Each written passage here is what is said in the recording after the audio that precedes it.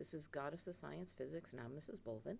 And today we're going to talk about the law of conservation of energy, which is part 7 of my energy series. So, the law of conservation of energy, just like the law of conservation of momentum that we talked about previously, law of conservation of energy says that energy can't be created or destroyed. It can be transformed from one form to another, but the total amount of energy never changes. Just like with the conservation of momentum, the momentum before was equal to the momentum after a collision. Law of conservation of energy, the energy has to be somewhere. Whatever energy you had before, you got to have the same amount of energy afterwards. That energy can be split up into different forms, but if you take this total of them, the before and the after have to equal. Okay, so energy can be transformed. Almost all natural processes have transformation of energy from one form to the other. Now, here's an example.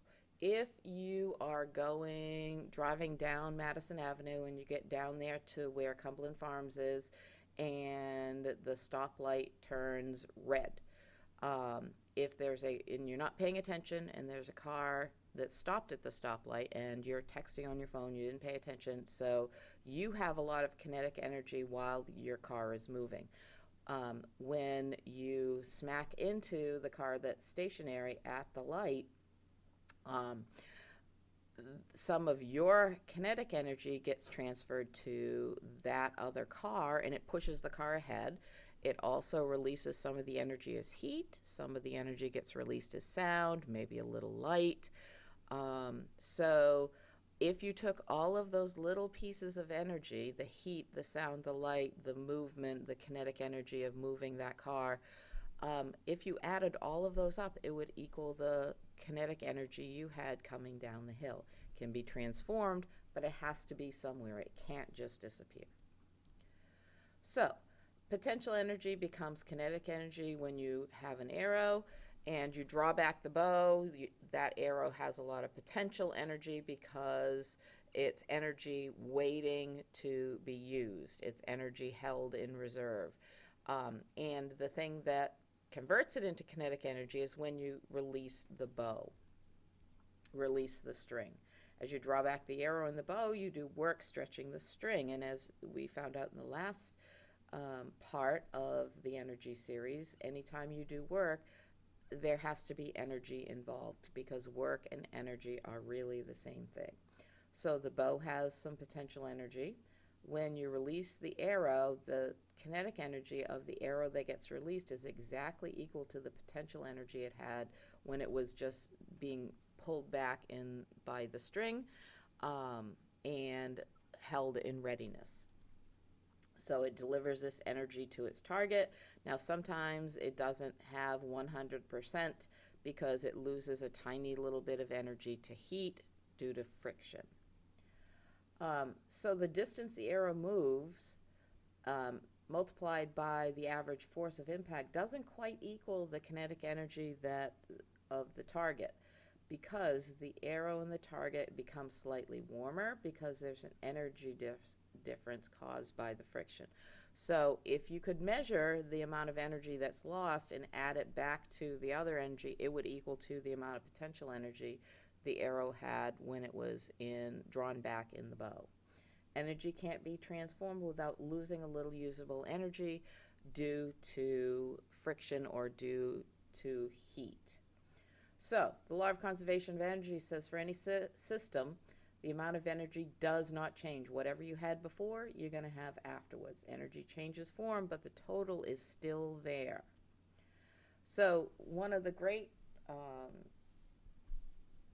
examples of this is a swinging pendulum. So, everywhere along the path, let me show you the picture, everywhere along the path of the pendulum bob, the sum of the potential energy and kinetic energy is the same. When it's over here at the top of its path, it's all potential energy. Same thing on the other end. When it's at its lowest point, it doesn't have any potential energy, it only has kinetic energy. And then as it swings up again toward the other side, that kinetic energy gets turned into all potential energy. So when a woman leaps from a burning building, the sum for PE and KE remain constant at each successive position down. Up here at the top, she has all potential energy. At the bottom, she has no potential energy, but all kinetic energy. And in between, it's kind of a mix of the two, but it always equals whatever energy she had initially. So the sun shines because some of its nuclear energy is transformed into radiant energy, which is great because it makes us warmer here on Earth. Part of the radiant energy supports life in the form of a food chain. You might have talked about these last year in biology, or maybe somewhere in the middle school. Autotrophs are organisms that capture the sun's energy and change it into a chemical energy that the heterotrophs can eat. Both of these organisms, when they die, eventually they decompose and their energy gets stored in oil. And we like to, after millions of years, we like to mine that oil and use it to heat our homes and power electric plants.